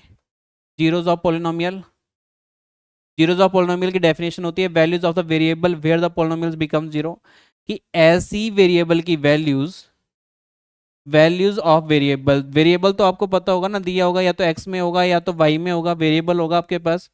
कोई भी वेरिएबल की वैल्यू डाल दो, any value of variable which gives the result 0, जहां से रिजल्ट क्या बन जाए, 0। तो सिंपल, कुछ भी नहीं है इसमें, कुछ डिफिकल्टी नहीं है। अगर कोई ऐसा पूछ ले कि ये जो फर्स्ट में मैंने लिखा है 3x - 12, इसमें मैं x की जगह क्या डालूं कि आंसर 0 बन जाए, तो आपका आंसर आना चाहिए 4 डालेंगे तो बात बन जाएगी 12 - 12 आंसर कितना आ जाएगा, 0। ये तो प्रिडिक्शन से ही आपने बता दिया। पर अगर प्रिडिक्शन से ना बता पाओ तो सिंपल है, जो भी पोलिनोमियल होगा वो कब 0 बनेगा, x की वैल्यू निकालनी तो इज इक्वल टू 0 मान लो, इसको क्या मान लो, इज इक्वल टू 0। इसको सॉल्व करोगे 3x इज इक्वल टू 12 आ जाएगा, x की वैल्यू आ जाएगी 12/3, तो फाइनल आंसर आ जाएगा 4। ऐसे भी किया जा सकता है कि x की वैल्यू 4, इट मींस अगर मैं x की वैल्यू इसमें 4 डालूंगा तो आंसर कितना आ जाएगा, 0। ये जीरोस की डेफिनेशन है, जीरोस ऑफ पॉलिनोमियल की डेफिनेशन। यही डेफिनेशन आगे जाके क्वाड्रेटिक में क्वाड्रेटिक सॉल्यूशन बन जाता है। क्या बन जाता है, सॉल्यूशन। यहाँ पे जीरोस है, वहां पे हम बोलेंगे सॉल्यूशन, वहां पे डायरेक्ट क्या बोल देंगे उसको, सॉल्यूशन। सॉल्यूशन नहीं, पर इसमें रूट्स भी बोला जाता है। क्या बोला जाता है बच्चे, रूट्स भी बोला जाता है। तो चीजें तो निकालने का तरीका सेम है, वहां पे इज इक्वल टू दिया होता है, यहाँ पे इज इक्वल टू नहीं दिया होता है। यहाँ पे आपने इज इक्वल टू बनाया, क्यों बनाया, क्योंकि आपको ऐसी वैल्यू ढूंढनी थी जहां पे ये रिजल्ट क्या देगा देता है भाई, 0 कर देता है। अगर मैं नेक्स्ट बात करूं तो आप बोलोगे भाई 3x² -5x प्लस 2, इसके निकालने हैं भाई जीरोस, अगर जीरोस निकालने हैं तो इज इक्वल टू क्या करना पड़ेगा, zero, is equal to zero करना पड़ेगा, यानी ऐसी एक्स की वैल्यूज जिसको पुट करने से आंसर क्या आ जाए, जीरो, वही इस पॉलिनोमियल के क्या होंगे भाई, जीरोस होंगे। तो इसके लिए भी आपके पास मल्टीपल तरीके हैं, जो मल्टीपल तरीके हैं वो आपको क्वाड्रेटिक सॉल्व करके ही पता चलेगा, है ना। तो यहाँ पे मैं इसको अगर सॉल्व करूंगा तो इसमें मल्टीप्लाई करके आना चाहिए भाई 6 में, इजीली आपको करवा दूंगा बाद में, है ना। अभी आपने सीखा भी होगा, तो मैं डायरेक्ट चल रहा हूँ, मल्टीप्लाई करके 6 चाहिए, ऐड और सब्ट्रैक्ट करके आंसर चाहिए -5। कौन से दो ऐसे पेयर हैं जो दोनों चीजें दे देंगे, आप बोलोगे 2 और 3 इसके साथ जा रहे हैं भाई, पर कंडीशन अप्लाइड, दोनों किसके होने चाहिए, माइनस के होने चाहिए। तो मैं बोलूंगा ये आएगा 3x², फिर आएगा -2x, फिर आएगा -3x, फिर आएगा आपके पास +2 इज इक्वल टू 0। पहले दो में से कुछ कॉमन है तो बाहर निकालो, कॉमन क्या आ गया भाई, x कॉमन आते ही यहाँ पे 3x - 2 बचेगा, यहाँ से -1 कॉमन ले लो ताकि अंदर बच जाए 3x - 2 इज इक्वल टू 0। तो आप बोलोगे या तो x - 1 इज इक्वल टू 0 बनेगा, या तो फिर आपके पास 3x - 2 इज इक्वल टू क्या बन जाएगा, 0। तो x की वैल्यू या तो 1 आएगी या x की वैल्यू आएगी भाई 2/3। तो ये दोनों उसके क्या हैं, जीरोस। इट मींस अगर मैं x की वैल्यू 1 भरूंगा इसमें, तो देखो यहाँ पे बनेगा 3 - 5 +2, तो आंसर फाइनल कितना आ जाएगा, 0। अगर x की जगह आपने 2/3 भी भरा तब भी आंसर कितना बनेगा, 0। पुट करके भी चेक कर सकते हो, अगर x की जगह 2/3 भरोगे तो होल स्क्वायर बनेगा, -5 2/3 बनेगा, +2 बनेगा, इसको सॉल्व कर लेना, इसमें भी आंसर क्या बनेगा आपके पास, 0। तो वो क्या बन जाएगी बच्चे, जीरोस बन जाएगी, राइट। अच्छा, उसी सेम तरीके से अगर मैं बात करूं तो मैं बोल रहा हूं कि इसमें भी x की ऐसी वैल्यू जिसके अकॉर्डिंग ये आंसर 0 बन जाए तो वो उसका क्या होगा भाई, जीरोस होंगी। अगर ये पावर 3 है तो नंबर ऑफ जीरोस बनने की संभावनाएं कितनी है, 3।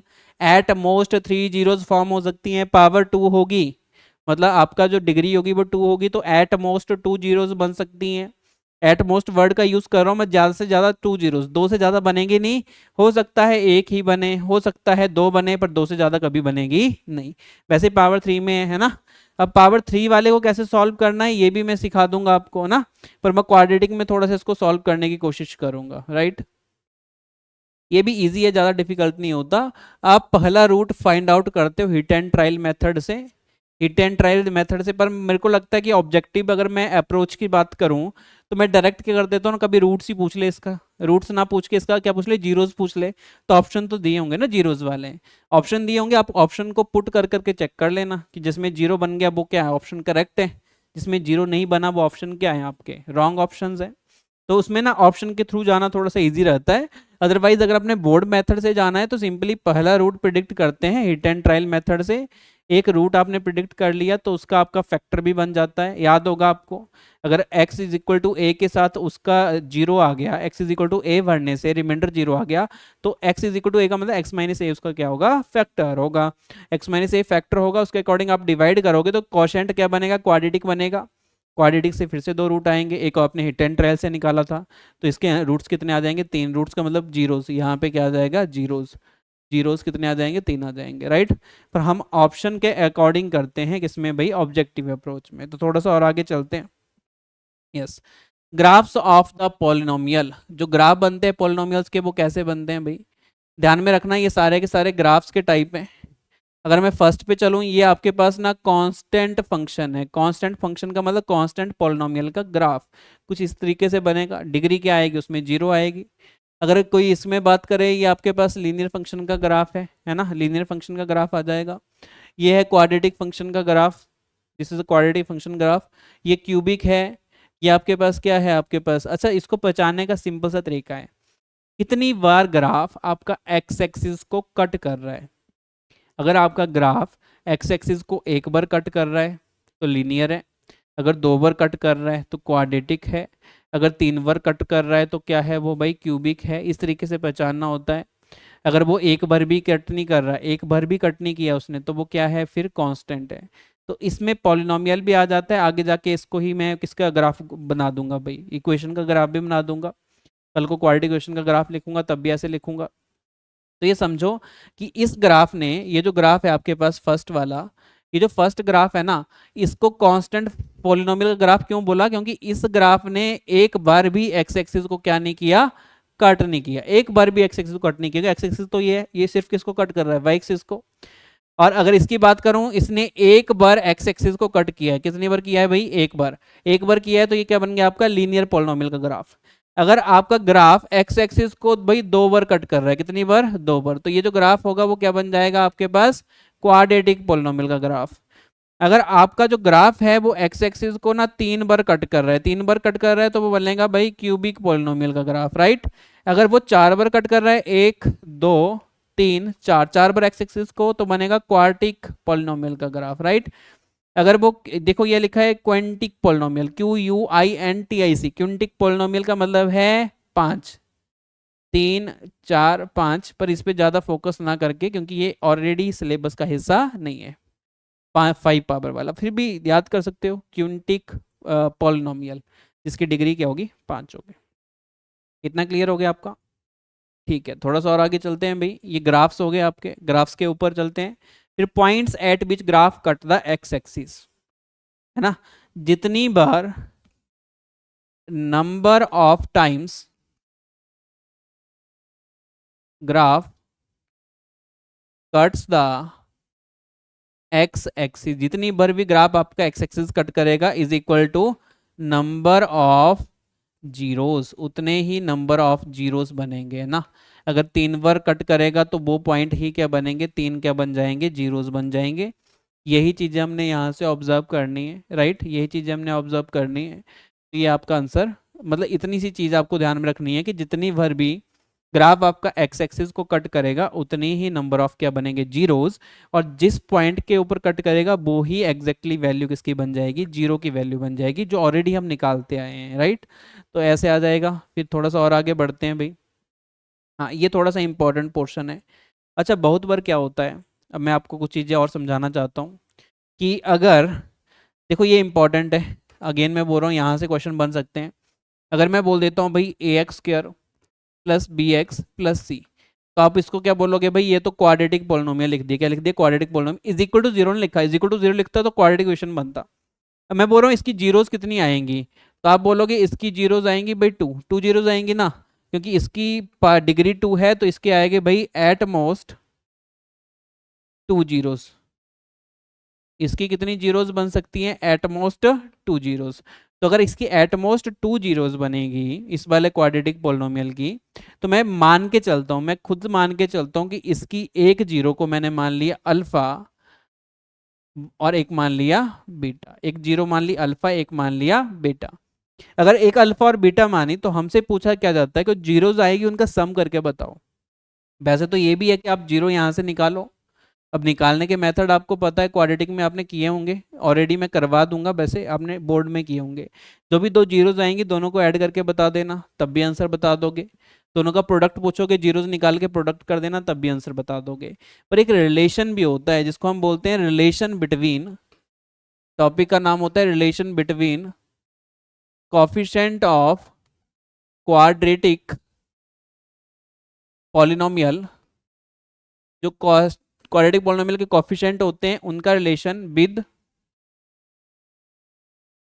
Zeros of quadratic polynomial, zeros के साथ रिलेशन ना। तो ये रिलेशन भी आपको समझ में आना चाहिए, वो डायरेक्ट रिलेशन है। आप अल्फा नहीं निकालोगे, बीटा निकालोगे, जीरोस फाइंड आउट नहीं करोगे, डायरेक्ट आप जीरोस को ऐड करके बता सकते हो। एक रिलेशन होता है, इसमें हम पढ़ते हैं कि alpha plus beta sum of zeros is equal to आता है -b/a। अब ये b क्या है, a क्या है? b है आपका कॉफिशिएंट ऑफ x, तो ऐसे भी लिखा जा सकता है minus coefficient of x divide by coefficient of x²। ऐसे लिखना ज़्यादा सही है। क्यों ज़्यादा सही है? कल को मैं उलझा दूं, ए बी ना लिख के ऐसी इक्वेशन बना दूं, मैं लिख दूं भाई BX² plus AX plus C, तो आप यहाँ पे ए बी में ही कंफ्यूज मत हो जाना, सीधा से याद रखना coefficient of x², coefficient of x divide by coefficient of x², और साथ में किस में आएगा भाई? नेगेटिव में आएगा। किस में आएगा? नेगेटिव में। इतनी सी बातें क्लियर हो गई आपकी। तो इस तरीके से अगर आप इसको याद कर लोगे तो ज़्यादा अच्छा रहेगा आपके लिए। बस ध्यान में रखना ये -b/a इस इक्वेशन के साथ अरेंज्ड है भाई। कल को मैं b को इधर लिख दूं, a लिख दूं, तो पूरी की पूरी वहां पे रिजल्ट खत्म हो जाएगा, चेंज हो जाएगा ना। अगर मैं इसको चेंज कर देता हूँ तो सिंपल याद रखना है कि b/a जो बना था इस फंक्शन के अकॉर्डिंग बना था, इस टाइप की इक्वेशन के अकॉर्डिंग बनाया था। तो ऐसे अगर आप याद नहीं कर पाओगे तो ऐसे याद कर लो, माइनस कॉफिशेंट ऑफ एक्स, जो भी एक्स के साथ लगा होगा उसको माइनस के साथ लिखना है, divide by coefficient of X square, divide by coefficient of X square. वैसे आपको एक और रिजल्ट याद होना चाहिए प्रोडक्ट ऑफ जीरोस का, जिसका आंसर आता है सी वाई ए, और सी वाई ए का मतलब है भाई कॉफिशेंट ऑफ, या कॉफिशेंट ना लिखे इसको कांस्टेंट टर्म लिखा जाए, constant term divided by coefficient of X square, coefficient of X square, याद हो जाएगा ये वाला। ठीक है, अगर ये याद हो गया तो इसका मतलब, अगर एक तो ये याद करना पड़ेगा आपको, एक याद करना पड़ेगा भाई क्यूबिक इक्वेशन के लिए। अगर कभी क्यूबिक आ जाती है आपके पास, क्यूबिक पॉलिनोमियल, तो इसके कितने जीरोस बनेंगे, एट मोस्ट 3 जीरोस। अच्छा मैं मान लेता हूं, मैंने एक अल्फा मान लिया, एक बीटा मान लिया, एक गामा मान लिया, जैसे यहाँ पे अल्फा और बीटा माने थे। तो अगर मैं इसके अकॉर्डिंग बात करूंगा तो यहाँ पे 3 रिजल्ट बनेंगे भाई, एक अल्फा अपने माना है, एक बीटा माना है, एक क्या मान लिया आपने, गामा मान लिया है, राइट। अब मैं ये बोलना चाहता हूँ कि इसमें भी आप पुराने तरीके से जा सकते हो कि जीरोज निकाल लिए, 3 जीरोज आगे, तीनों को ऐड करके बता दिया। तो इसमें भी 3 चीजें आपको याद होनी चाहिए भाई। फर्स्ट आपको ये याद होना चाहिए कि alpha plus beta plus gamma की वैल्यू क्या आएगी, तीनों रूट्स को ऐड करके। सेकंड आपको ये पता होना चाहिए कि आपका अल्फा बीटा और दोनों दोनों के मल्टीप्लाई करके बीटा गामा और गामा अल्फा की वैल्यू क्या आ जाएगी। सेकंड थर्ड आपको ये पता होना चाहिए कि तीनों का प्रोडक्ट क्या आएगा, तीनों का प्रोडक्ट। जैसे आपने ये याद कर लिया माइनस बी वाई ए और आपका सी वाई ए है ना, वैसे आप इसको भी याद करोगे। तो इसको जो याद करने का तरीका है वो लिखा भी है मैंने यहाँ पे, देखोगे इसमें आएगा माइनस बी वाई ए, इसमें कोई भी चेंज नहीं आता। अगर ये माइनस बी वाई ए है, ये भी क्या आएगा, माइनस बी वाई ए। ये सी वाई ए है, ये भी क्या आएगा भाई, सी वाई ए। दोनों में कोई भी डिफरेंस नहीं है। पर जो प्रोडक्ट होगा, ये आपका प्रोडक्ट बना दो दो का, ये जो ओवरऑल प्रोडक्ट बनेगा वो बनेगा माइनस डी वाई ए। इतनी सी चीजें याद हो जाएंगी। तो मैंने क्या बोला, इसमें कुछ भी चेंजेस नहीं करने, पहले तो ये आ जाएगा आपके पास माइनस बी वाई ए, ये आ जाएगा सी वाई ए, ये आएगा माइनस डी वाई ए, क्या आ जाएगा, माइनस डी वाई ए। तो ये सारी चीजें आपको इस तरीके से बच्चे याद होनी चाहिए, समझ जाओगे इतनी सी बात। अच्छा लिखने का तरीका फिर से ये आ जाएगा आपके पास, minus coefficient of X square upon coefficient of X cube.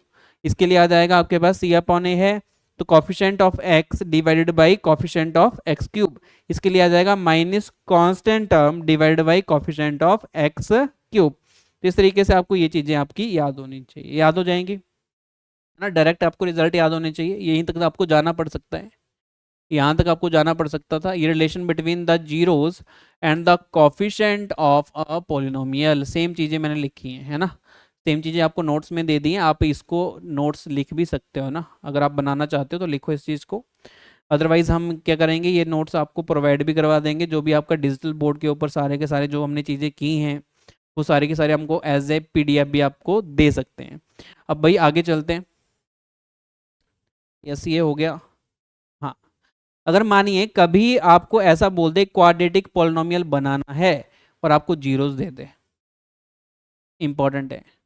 Quadratic polynomial, अभी तक हम क्या कर रहे थे, क्वाड्रेटिक पॉलिनोमियल दिया था उसमें से जीरोस बनाना सीख रहे थे।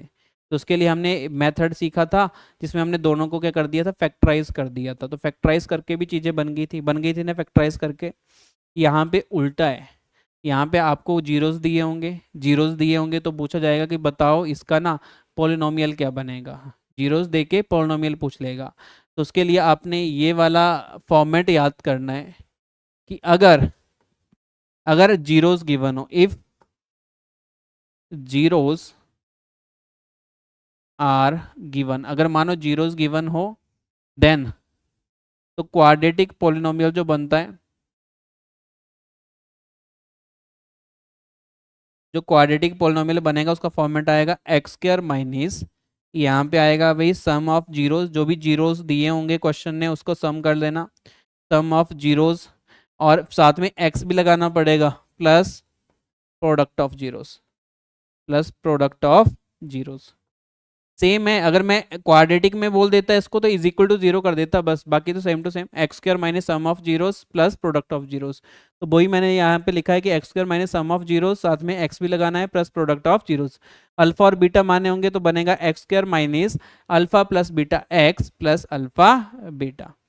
पर हमेशा याद रखना अल्फा प्लस बीटा माने होंगे तभी, नहीं तो फिर वो तरीका कुछ और बन जाएगा। इतनी बात समझ में आती है? ठीक है, इसका भी एक एग्जाम्पल कर लेते हैं। मानो मैंने बोला कि जीरोज आपके पास हैं भाई, जीरोज एक -2 है, एक है आपके पास 3, ये दोनों क्या हैं? जीरोज हैं। आपने इसका क्वाड्रेटिक पोलिनोमियल लिखना है, तो आप बोलोगे हम करेंगे भाई x square minus sum of zero, sum of zero दोनों का सम, दोनों का सम करके आएगा -2 + 3 यानी 1, साथ में लगा दोगे x plus product of zero, दोनों को प्रोडक्ट कर दोगे तो आंसर आ जाएगा -6, यानी x square minus x minus 6 आपकी क्या बन जाएगी? Quadratic polynomial. क्लियर होगी बात? तो आपको दोनों चीजें आनी चाहिए। क्वाड्रेटिक पॉलिनोमियल से आपको क्या आना चाहिए भाई? जीरोस बनाना भी आना चाहिए। अगर मानो जीरोस दिए हैं तो वहां से आपको क्वाड्रेटिक पॉलिनोमियल भी फाइंड आउट करना आना चाहिए, बनाना आना चाहिए। तो थोड़ा सा और आगे बढ़ते हैं भाई, अब आई थिंक हम लास्ट पे ही आ रहे हैं। Yes, conversion in terms of alpha plus beta and alpha beta, important topic है ना। इस चैप्टर में अगर आप मेरे से पूछोगे तो मैं बोलूँगा सबसे ज़्यादा इंपॉर्टेंट टॉपिक यही है कि आपको कन्वर्जन आना चाहिए। बहुत बार ऐसा होता है कि आपसे कुछ भी पूछ लेता है, और कुछ भी पूछ लेता है तो आपको कन्वर्ट करना पड़ता है आपके क्वेश्चन को, किसमें? सम ऑफ जीरोज में एंड प्रोडक्ट ऑफ जीरोज में। क्यों? क्योंकि सम ऑफ जीरोज का डायरेक्ट रिलेशन पता होता है, प्रोडक्ट ऑफ जीरोज का डायरेक्ट रिलेशन पता होता है। जहाँ पे सम ऑफ जीरोज बना तो आपके पास अल्फा प्लस बीटा बना। अगर मैं क्वाड्रेटिक पोलिनोमियल की बात करता हूँ, आप डायरेक्ट बोल देते हो आंसर आएगा सर -b/a। अगर प्रोडक्ट ऑफ जीरोस बना in case of quadratic polynomial, answer आएगा c/a। तो डायरेक्ट रिजल्ट पता है। तो बहुत बार ऐसा होता है कि आपसे क्या पूछा जाएगा भाई, यहाँ पे देखिए, आपसे पूछा जाएगा कि अगर मैं आपको एक क्वाड्रेटिक इक्वेशन नहीं बोलूँ, क्वाड्रेटिक पोलिनोमियल दे दूँ, और क्वाड्रेटिक पोलिनोमियल देने के बाद ऐसा बोलूँ कि अल्फा और बीटा उसके क्या बनेंगे? जीरोस, और बोलूंगा कि बताओ भाई alpha square plus beta square की वैल्यू, तो आप बोलोगे कि इसको तो सॉल्व करना पड़ेगा। मतलब मैं अल्फा और बीटा पहले पोलिनोमियल निकालूंगा, उसके जीरोज निकालूंगा, फिर जीरोज यहाँ पे फिट कर दूंगा, फिर आंसर बता दूंगा। एक तो तरीका ये है जो लॉन्गेस्ट मेथड है। सेकंड ये है कि अगर आपको पता है, मैं अभी जो बात कर रहा हूँ वो इस वे में कर रहा हूँ कि अगर मैं ऐसा बोल दूं कि if ax² plus bx plus c is a quadratic polynomial, अगर ये क्वाड्रेटिक पॉलिनोमियल है हैविंग जीरोस, उसके जीरोस जो आएंगे वो मैंने एक अल्फा बोल दिया एंड बीटा, देन अगर कोई ऐसा बोल दे कि अब बताओ दो भाई alpha square plus beta square की क्या वैल्यू आएगी, तो मैं बोलूंगा कि alpha square plus beta square अगर कोई पूछ ले तो आपको पता होना चाहिए कि अल्फा प्लस बीटा होता, ओनली अल्फा प्लस बीटा होता तो आप आंसर बोल देते -b/a। अगर अल्फा बीटा होता तो आंसर बोल देते भाई c/a, बोल देते ना। पर अभी alpha square plus beta square है, alpha square plus beta square, यहाँ पे सम ऑफ रूट्स तो नहीं है, ये तो square of the sum of roots है। तो आप इसकी जगह ये लिखोगे तब भी तो सेम ही बात है भाई। अगर आप उसको ऐसे लिख देते हो अल्फा प्लस बीटा का whole square -2 alpha beta, again same things, कुछ भी दोनों में डिफरेंस नहीं। आप बोलोगे क्यों डिफरेंस नहीं है? मैंने कहा दोनों को सॉल्व करो भाई, आंसर सेम आता है। अगर आप इसको ना सॉल्व करके इसको सॉल्व करोगे तो आप क्या लिखोगे? Alpha square plus beta square plus 2 alpha beta और -2 अल्फा बीटा, लास्ट में इसको कैंसिल कर रहे होंगे और दोनों के आंसर क्या आ जाएंगे भाई? सेम। आंसर सेम होने का मतलब है इसको यूज करो, इसको यूज करो, आंसर क्या आएगा? Exactly same. अच्छा, फायदा क्या है? इसको ना यूज करके इसको फायदा में लिखोगे तो इसका फायदा ये है, यहाँ पे अल्फा प्लस बीटा की जगह -b/a डायरेक्ट डाल सकते हो विदाउट आप उसको निकाले, किसको? जीरोस को निकाले ना, बिना जीरोस को निकाल के डायरेक्ट अल्फा प्लस बीटा की वैल्यू डाल सकते हो, यहाँ पे अल्फा बीटा की वैल्यू डाल सकते हो। यहाँ पे सम ऑफ जीरोस, यहाँ पे product of zeros. Same for second. अगर मैं सेकंड की बात करूँ तो सेकंड में क्या लिखा था भाई? Alpha cube plus beta cube कभी पूछ ले तो अल्फा प्लस बीटा क्यूब को ना सॉल्व करके आप सॉल्व करो alpha plus beta whole cube -3 alpha beta और साथ में अल्फा प्लस बीटा।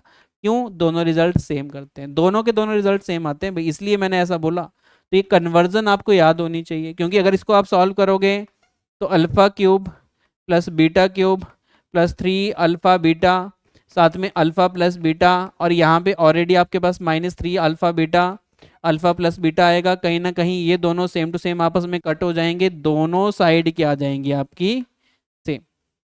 दोनों के दोनों साइड क्या आ जाएंगी, सेम। तो आप ये कन्वर्जन भी यूज कर सकते हो, यानी इसकी जगह कभी भी ऐसा लिखोगे तब भी रिजल्ट क्या आएगा, सेम। पर ऐसा लिखने से फायदा हो जाएगा कि आपका जो क्वेश्चन होगा वो sum of zeros and product of zeros में क्या हो जाएगा, कन्वर्ट हो जाएगा। तो ये भी आपको समझ में आना चाहिए।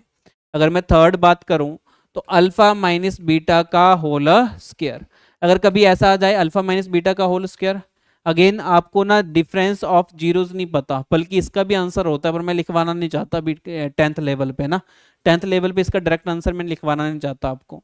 अभी आप ध्यान रखो कि अल्फा माइनस बीटा का होल स्क्वायर आ जाए तो उसको भी सम ऑफ जीरोस और प्रोडक्ट ऑफ जीरोस में तोड़ा जा सकता है। इसके लिए आप बोल सकते हो भाई इसको लिखा जाए अल्फा प्लस बीटा का whole square -4 alpha beta, -4 alpha beta. अब क्यों लिखा जाए, क्योंकि भाई दोनों के आंसर ना एग्जैक्टली सेम आते हैं। अगर आप इसको सॉल्व करोगे इसका आंसर आएगा A square plus B square -2ab, यही आएगा। अगर मैं इनको सॉल्व करवाऊंगा इसका आंसर भी सेम आएगा, A square plus B square +2 alpha beta -4 alpha beta. पर ये दोनों तो आपस में सेम सेम अल्फा बीटा वाले हैं, तो 2 -4 करते ही -2 बनेगा, यानी alpha square plus beta square -2 alpha beta, इसका भी रिजल्ट आएगा। Alpha square plus beta square -2 alpha beta, इसका भी क्या आ जाएगा, रिजल्ट आ जाएगा। दोनों के रिजल्ट में कोई भी डिफरेंस नहीं है, यानी अगर आप इसको ना यूज करके इसको यूज करोगे तब भी रिजल्ट क्या आएगा, सेम। इसको यूज करने का फायदा सम ऑफ जीरोस बन गया, प्रोडक्ट ऑफ जीरोस बन गया, राइट। अब चलते हैं आगे, आगे बढ़ेंगे अपने लास्ट वाले पे। अच्छा, लास्ट वाले में क्या था,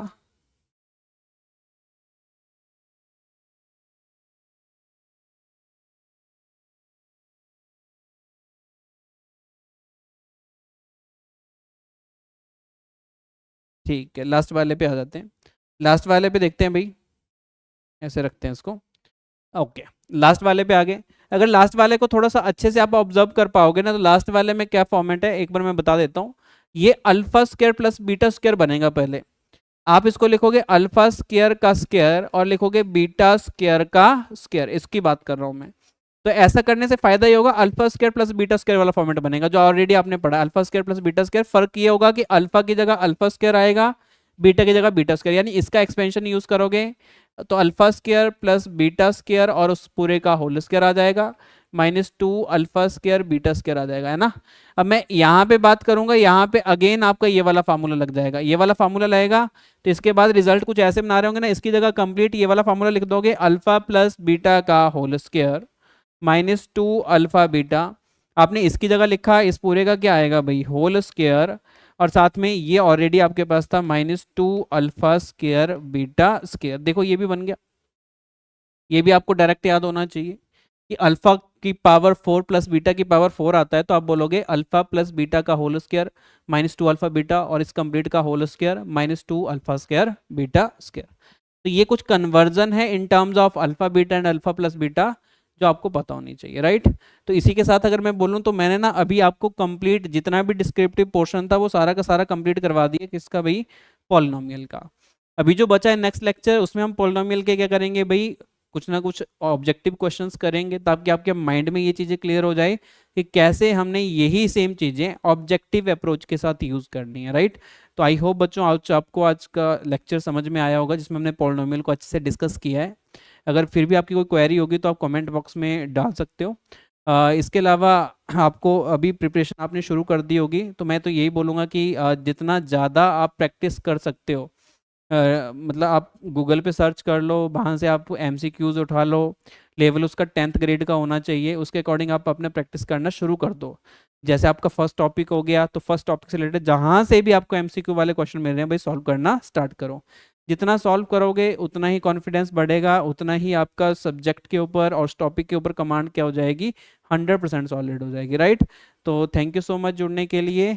तो मिलते हैं नेक्स्ट लेक्चर में, जिसमें हम करने वाले हैं पॉलिनोमियल के कुछ MCQs। तो धन्यवाद जुड़ने के लिए, बहुत बहुत आपका। जय हिंद, जय भारत।